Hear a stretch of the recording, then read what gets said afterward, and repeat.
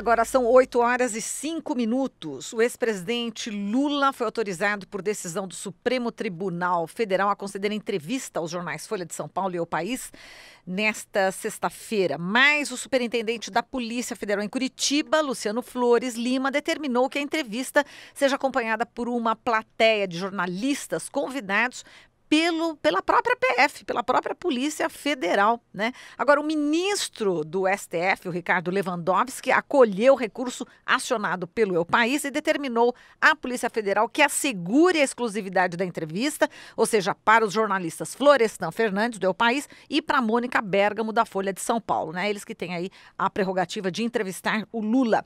E a gente vai, inclusive, falar sobre este assunto aqui com o Yuri Félix, que é doutor em processo penal e diretor do IBCCRI, Instituto Brasileiro de Ciências Criminais. Olá, Yuri, bom dia. Bom dia e bom dia a todos que nos ouvem neste momento. Yuri, como é que você viu essa atitude, né, da Polícia Federal? De acordo com Lewandowski, né, houve uma franca extrapolação de limites da autorização judicial nessa questão. Você concorda? Extrapolou, delegado? Absolutamente. Trata-se de mais uma da vasta gama de arbitrariedades que o Brasil tem visto e tem vivido no último período, no momento em que um ministro da Suprema Corte, da mais alta corte do país, determina algo e um funcionário público de uma esfera inferior faz a sua leitura, que não sabemos como foi feita essa leitura, mas, enfim, tenta, de certa maneira, manipular aquilo que foi determinado pelo juízo da mais Suprema Corte. Glauco Faria. Bom dia, Yuri. Bom dia. A gente chegou num quadro, né? Porque ontem vimos essa determinação ali na redação da Rede Brasil Atual do ministro Ricardo Lewandowski, e a pergunta que se seguiu ali foi: e agora? A Polícia Federal vai cumprir? Né? Porque é isso, na verdade, decisões judiciais têm sido desrespeitadas. Eu queria saber de você qual a responsabilidade do próprio Supremo Tribunal Federal, que viu muitas ilegalidades acontecerem não só no processo envolvendo o ex-presidente Lula, mas em diversos outros processos da própria Lava Jato e fora da Lava Jato durante décadas, digamos, e do próprio Poder Judiciário, que se recusa a discutir, do Poder Judiciário e do sistema de justiça, né? Envolvendo também o Ministério Público, que se recusa a discutir determinadas questões. Veja, evidentemente, nós temos uma situação, um estado de coisas inconstitucionais, como já foi dito pela própria Suprema Corte, e a Suprema Corte, ela terá que agir e fazer com que as suas decisões sejam cumpridas. Isso por intermédio da Superintendência da Polícia Federal, enfim, isso por meio de oficiais de justiça, mas de toda maneira a Suprema Corte tem que fazer uso do seu poder e da sua prerrogativa de ser o órgão constitucionalmente estabelecido e que, em última análise, para todos que nos ouvem, o órgão máximo que manda no judiciário brasileiro. Ocorre que nós vivemos um ambiente político, e claro, o ambiente político ele dialoga e influencia no ambiente jurídico, que é um ambiente que pede, que exige punição. A cidadania, durante vários e vários anos, ela ficou cansada de ver inúmeros casos, e isso foi fomentado por diversos órgãos, enfim, passando uma sensação de impunidade. Isso faz com que as pessoas pensem, a lei vale para uns, não vale para outros. E nisso, muitos podem olhar para a Constituição e entender, não, a Constituição, nesse caso, vale. Agora, se é um ex-presidente que eu não gosto dele, ele não vale. E aí, no momento em que a Constituição não vale para um ex-presidente, ela também não pode, talvez um dia ela não tenha valor para mim, não tenha valor para o meu vizinho, não tenha valor para o meu filho, e aí nós vivemos no estado da barbárie. O Supremo Tribunal Federal ele tem que fazer valer o seu poder. E no caso concreto, ele terá que enviar lá um oficial de justiça, ele terá que dialogar com a alta cúpula do Ministério da Justiça e da Polícia Federal e fazer valer o seu poder que emana da Constituição. Isso é elementar, isso é indiscutível e isso precisa ocorrer. Yuri, agora na Câmara vai ter a discussão, né, sobre a votação, a prisão em condenados em segunda instância, né? Tem o pacote anticrime, né, do Sérgio Moro, do ministro da Justiça e da Segurança Pública, né, que é um projeto de lei, e tem também as propostas aí do então deputado Onyx Lorenzoni, hoje ministro da Casa Civil, e também do deputado Alex Manente, né, que aí por uma PEC. E a diferença é justamente na questão dos votos, né? A PEC depende de 308 votos dos 513 e o projeto de lei precisa só de maioria simples, né, metade mais um. Como é que você também vê essa discussão na Câmara agora? Veja, aí nós temos uma discussão que a gente pode enxergar por diversos ângulos. Eu vou começar pelo pacote anticrime. O pacote anticrime, que na nossa compreensão, isso é a compreensão tanto pessoal quanto institucional do Instituto Brasileiro de Ciências Criminais, é um pacote que traz mais do mesmo.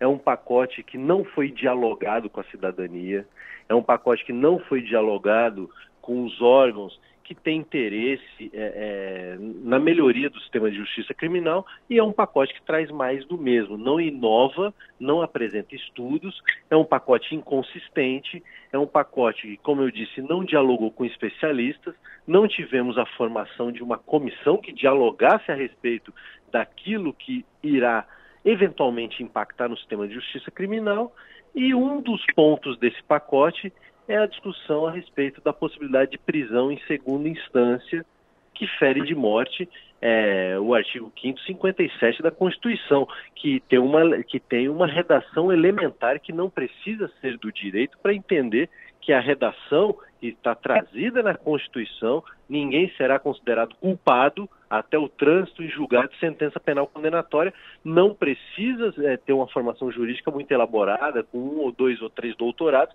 para entender a redação disso. No momento em que esse pacote propõe, dessa maneira, a alteração, seja por meio de uma PEC, enfim, ou seja por qual meio for, tenta antecipar o resultado de um jogo que ainda precisa ser jogado no âmbito dos tribunais superiores.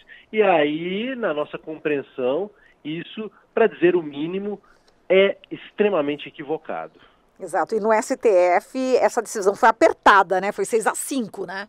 Exatamente. Uma decisão 6-5, cuja maioria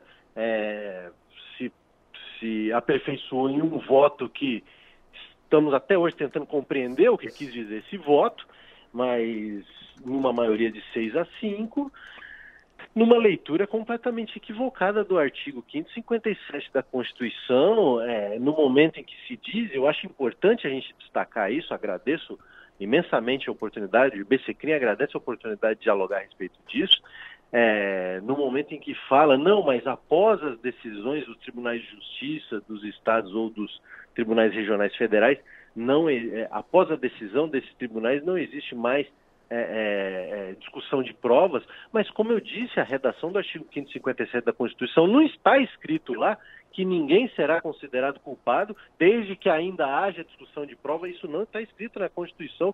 Então, no momento em que eu leio o que não está escrito, na minha compreensão, o problema não é jurídico, ele é patológico, eu estou enxergando coisa que não existe. Opa.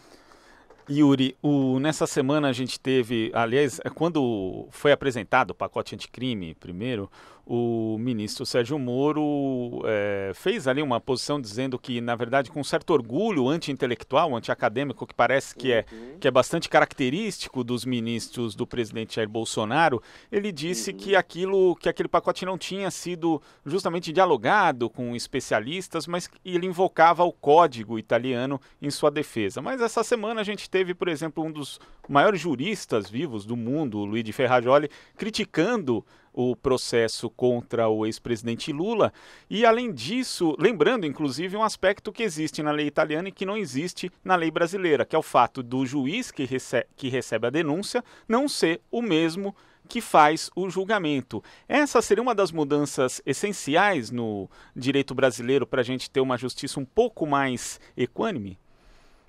Veja, essas importações à la carte que tumultuam o sistema de justiça criminal brasileiro, o sistema processual. Se nós quisermos fazer uma importação do sistema, seja ele italiano, seja ele do sistema anglo-americano, vamos dialogar de maneira séria uma importação dos institutos. Por exemplo, a discussão a respeito do juiz de garantias, o juiz que acompanha a investigação não é o mesmo juiz que acompanha o processo. Vamos fazer essa importação? Sem problema nenhum, faremos.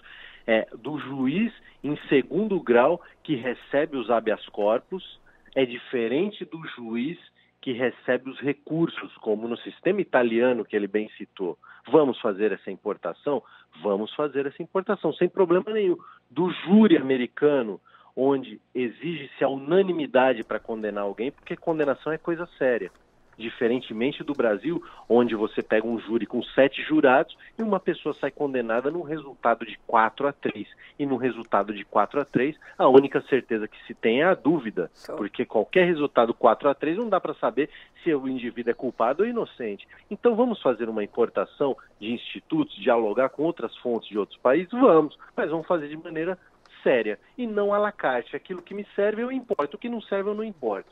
Então, nesse momento em que o ministro disse que esse projeto não foi feito para agradar professor de processo penal, de direito penal, o que eu acho mais curioso é que ele só chegou a ser ministro porque um dia ele dependeu de um professor, porque alguém ensinou ele, se ele aprendeu de forma correta ou não é outra discussão, mas alguém um dia o ensinou, ele precisou de um professor para chegar onde ele chegou. Então é um desrespeito com a educação, é um desrespeito com o educador e é um desrespeito com os institutos mais elementares do processo penal brasileiro. Agora, vamos repercutir também uma fala do governador do Maranhão, Flávio Dino, né? Ele que foi juiz por 12 anos, é especialista também em direito constitucional. Aqui, inclusive, em destaque na Rede Brasil Atual, uma matéria falando o seguinte, né, que ele diz que com a redução da pena definida pelo STJ, né, o ex-presidente deve passar o regime semiaberto imediatamente se não mudaram a matemática e a lei. Aí eu estou lendo aqui o que ele disse, né, ele disse assim, por uma razão prática, o Lula tem que ser solto juridicamente amanhã, que seria hoje, né, na minha avaliação, não é em setembro. O presidente Lula já cumpriu 13 meses, se são 8 anos e 10 meses, e se lá, nesse juízo de exceção paranaense não mudar a matemática, porque até isso periga, 8 anos e 10 meses menos os 13 meses, a pena fica abaixo de 8, né? Explicou aí o governador. Como é que você também analisa essa declaração do Flávio Dino? Veja, não obstante, apesar de nós do direito não termos muita familiaridade com a matemática, mas a conta é muito simples. E o governador Flávio Dino, que foi um juiz federal, ou seja, ele tem uma formação densa jurídica, ele tem perfeita razão. O nome disso, que nós do direito chamamos, o nome disso é detração. O que é a detração? O indivíduo está cumprindo pena, seja ele qual for. Não precisa ser o ex-presidente, ou ex-isso, ou ex-aquilo. Pode ser qualquer indivíduo cumprindo pena no Brasil.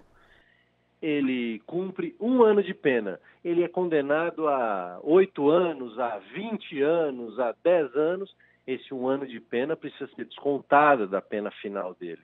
E fazendo essa matemática que o governador fez de 8 anos e 10 meses, menos os 13 meses, é óbvio, é evidente que já deu lapso, já deu tempo exato para que o ex-presidente vá ao regime semiaberto.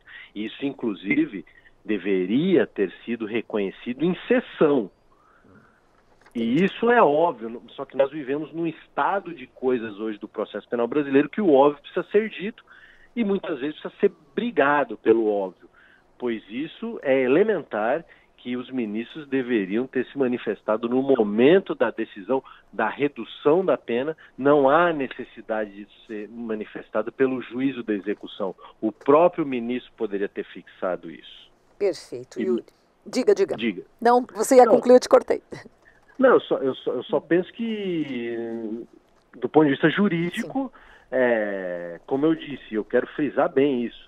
O governador Flávio Dino, ele tem total razão. Não ocorrendo nenhuma mutação legal ou da matemática, o ex-presidente, já deveria ter sido expedido uma ordem para que ele fosse ao regime semiaberto. É isso. Perfeito, Yuri. Muito obrigada aqui por toda a sua análise. Um forte abraço para você e até a próxima.